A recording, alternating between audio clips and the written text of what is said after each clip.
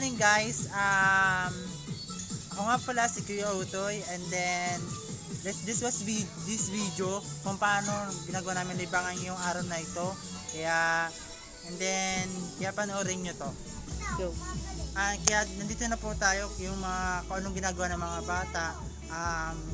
Wala nga po silang pasukan sa buwan nito, darating na taon na to, kasi napakahirap man kasi pandemic. Makikita po natin yung mga bata, gumagawa po sila ng paraan para libangin ang sarili nila. And then gumagawa po sila,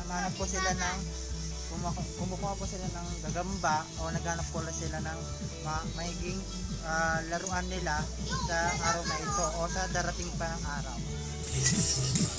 Yan, kaya ngayon po matangihan po namin yung pinsang ko na naglalaba po sila, and then yan po ginagawa nila, nagbabanlaw po sila, and then naglalaba para po libangan po yung sarili nila kasi nga wala nga pong pasukan.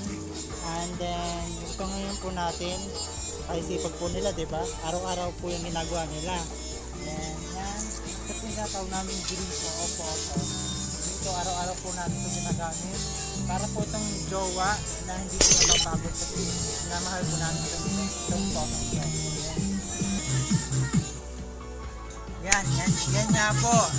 Natulungan po natin yung ilang gawain dito sa aming barangay kasi nga ori nga po kasi pandemic nga po.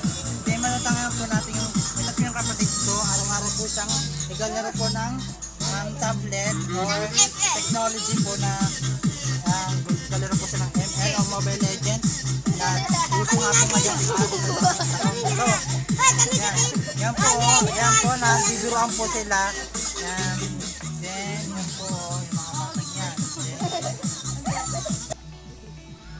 Maraming salamat po. Ngayon po natungihan po ninyo yung ginagawa po namin ngayong araw na ito. Then maraming salamat sa panunood nito. Subscribe my YouTube, and then ako nga po pala si Jericho Borde.